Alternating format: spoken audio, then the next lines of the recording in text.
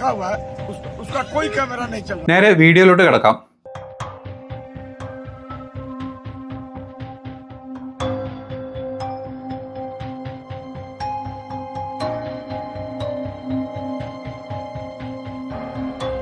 നമ്മൾ ഈ കാണുന്നത് നട്ടപ്പാതിരക്ക് ബീഹാറിലെ EVM സൂക്ഷിച്ച് വെച്ചിട്ടുള്ള സ്ട്രോങ് റൂമിലോട്ട് ഒരു ലോറി വരുന്നതായിട്ടോ. അങ്ങനെ ലോറി അകത്തോട്ട് കയറി പോകുന്നു. അതേ സമയത്ത് തന്നെ ഈ മറ്റേ എന്താ പറയുക, നമ്മുടെ CCTVകളൊക്കെ ഓഫായി പോകുന്നു. वीडियो बना दली है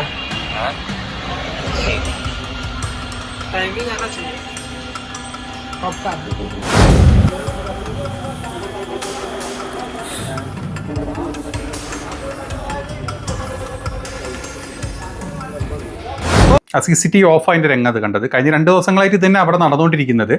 ഇത് കണ്ടപ്പോഴത്തെ ആൾക്കാരെല്ലാവരും കൂടെ RJD പ്രവർത്തകരെല്ലാവരും കൂടെ അവിടെ വന്നിട്ട് വലിയ ബഹളമായി. എങ്ങനെയെങ്കിലും CCTV നന്നാക്കാൻ നോക്കിയിട്ട് ഒരു രക്ഷയില്ല. 1 മണിക്കൂർ കഴിഞ്ഞപ്പോഴേക്കും CCTV നന്നായി.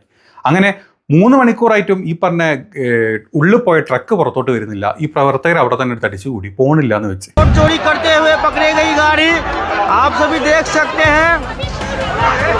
जितने भी राजद कार्यकर्ता समर्थक हैं सभी भाइयों से निवेदन है मतगणना केंद्र पर मजबूती के साथ आप लोग डटे रहे.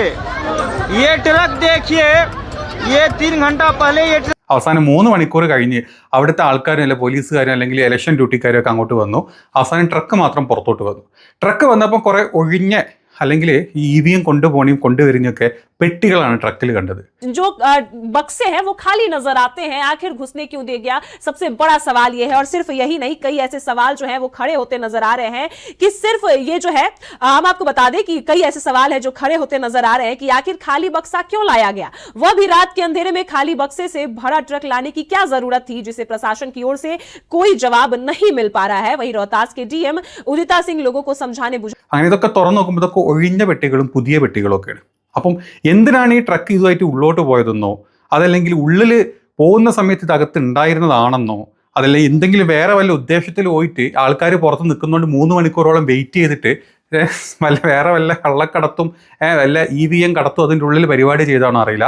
അവസാനം ട്രക്ക് പുറത്തു വന്നു, ഇങ്ങനെ പോവുകയും ചെയ്തു. ഇത് കഴിഞ്ഞ് 2 ദിവസം മുമ്പും ഇതേപോലെ അവിടെ നടന്നിരുന്നു. CCTV ഓഫ് ആവുന്ന സമയത്ത് അകത്തുനിന്നൊരു ട്രക്ക്, ക്ലോസ്ഡ് ട്രക്ക് പുറത്തോട്ട് പോകുന്ന സീനുകൾ കണ്ടിരുന്നു. ആ ട്രക്ക് പിടിക്കാൻ പറ്റിയിട്ടില്ല.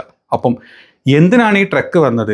ട്രക്ക് വന്ന് 3 മണിക്കൂർ അകത്ത് കിടന്നത് എന്തിനാണ്? ഈ കിടന്ന സമയത്ത് CCTV ഓഫായത് എന്തിനാണ് എന്നുള്ള ചോദ്യമൊക്കെ ചോദിച്ചു കഴിഞ്ഞാൽ ബബ്ബ എന്ന് നമ്മുടെ ഇലക്ഷൻ കമ്മീഷൻ പറയുകയും ചെയ്തിട്ടുണ്ട്.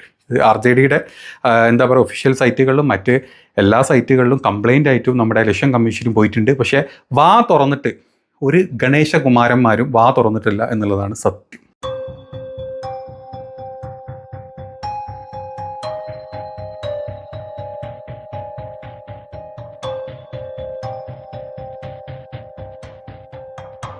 ഇത് ഒരു സ്ഥലത്ത് നടന്ന കാര്യമാണ്. ഇന്നലെ മറ്റൊരു സ്ഥലത്ത് നടന്ന കാര്യമാണ്.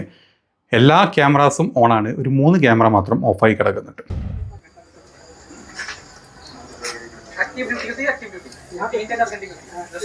ये स्ट्रॉन्ग रूम का है, यही सारी EVM रखी है. जो आरोप है वो क्या है, भागलपुर से है. भागलपुर जिले के मतगणना केंद्र के CCTV कैमरा नंबर 7 और 27 दोनों कैमरों में कहलगांव विधानसभा के EVM वाले स्ट्रॉन्ग रूम का फीड मिल रहा था. वो घंटों से बंद है, ऊपर से नीचे तक कोई भी अधिकारी को जवाब नहीं दे रहा. इतना ही नहीं, इसे जल्द से जल्द ठीक करवाने का भी घंटों का से भी कोई प्रयास नहीं किया जा रहा है. ये RJD का दावा है. इनका कहना है कि भैया 2 हैं, दिख भी रहे हैं, इसमें 2 कैमरे पूरी तरह से बंद नजर आते हैं. जो फर्स्ट फेज में नीचे वाला लाइन देखेंगे उसमें भी, और सबसे निचली वाली लाइन में भी कैमरा बंद है. यही आरोप पहले भी लगे थे. मैं बस सीधा और सिंपल सवाल है, आप कहते हैं लाइट चली गई, मानकर चलिए लाइट जाएगी तो सबकी जाएगी, ठीक है. जब हम इतने गंभीर आरोप लग रहे हैं, तैयारियां पूरी क्यों नहीं है? और तैयारियां पूरी नहीं है तो फिर बड़ी बड़ी डींगे क्यों हाकी जा रही हैं? या फिर ये जानबूझकर किया जा रहा है? 3 ही वजह हो सकती हैं.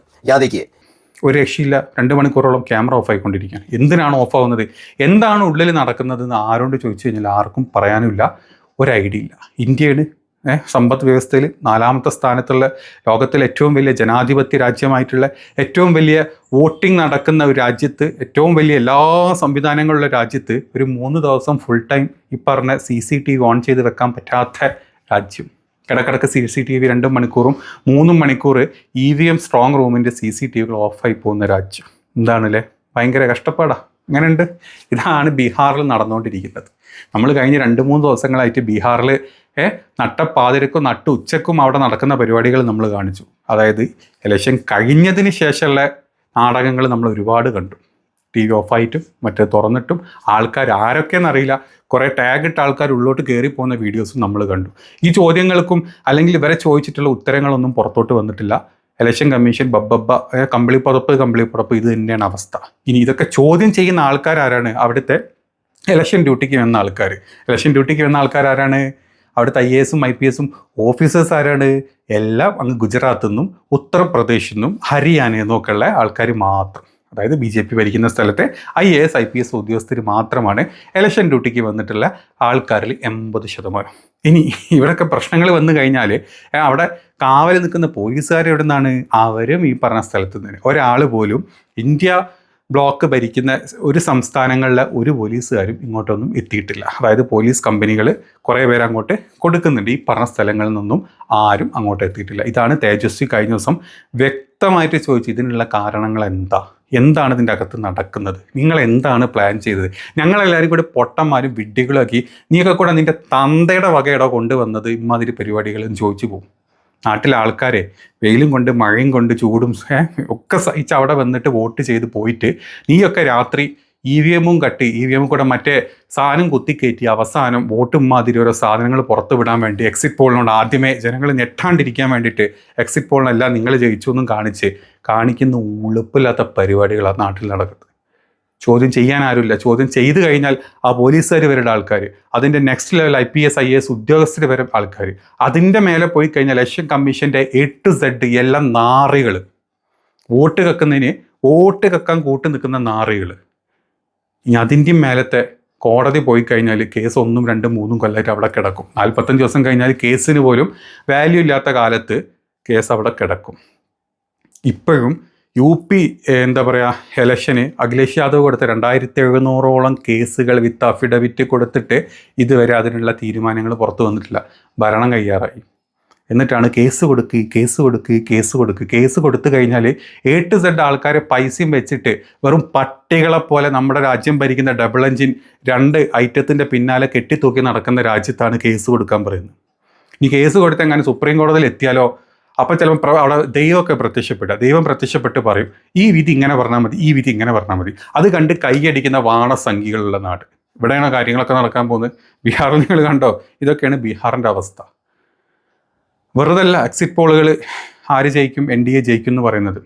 കൊടുത്തിട്ടുണ്ട്. ഞങ്ങൾ ഇത്ര സീറ്റുകളിലാണ് ഞങ്ങൾ വോട്ട് കട്ടത്. ഓരോ സ്ഥലത്ത് ഒരു 2 ലക്ഷം വോട്ട് വെച്ച് ഞങ്ങൾ കട്ടുകൊണ്ടിരിക്കുന്നുണ്ട്. അപ്പോൾ ഞങ്ങൾ ഏകദേശം 140 സീറ്റിൽ ജയിക്കും. ഇതിനെ ക്രോസ് ചെയ്യണമെങ്കിലല്ലോ രാഹുൽ ഗാന്ധി അല്ല ഈ രാജ്യത്തെ സാധാരണ ജനങ്ങൾ വെറുതെ വിചാരിച്ചിട്ടില്ല. നിരത്തിൽ ഇറങ്ങി മൂവന്മാരെ അടിച്ചൊതുക്കേണ്ട സമയം അധികം വൈകാണ്ട് നമ്മുടെ നാട്ടിൽ വരും. അത് ഉറപ്പാണ്. കണ്ടോ നിങ്ങൾ?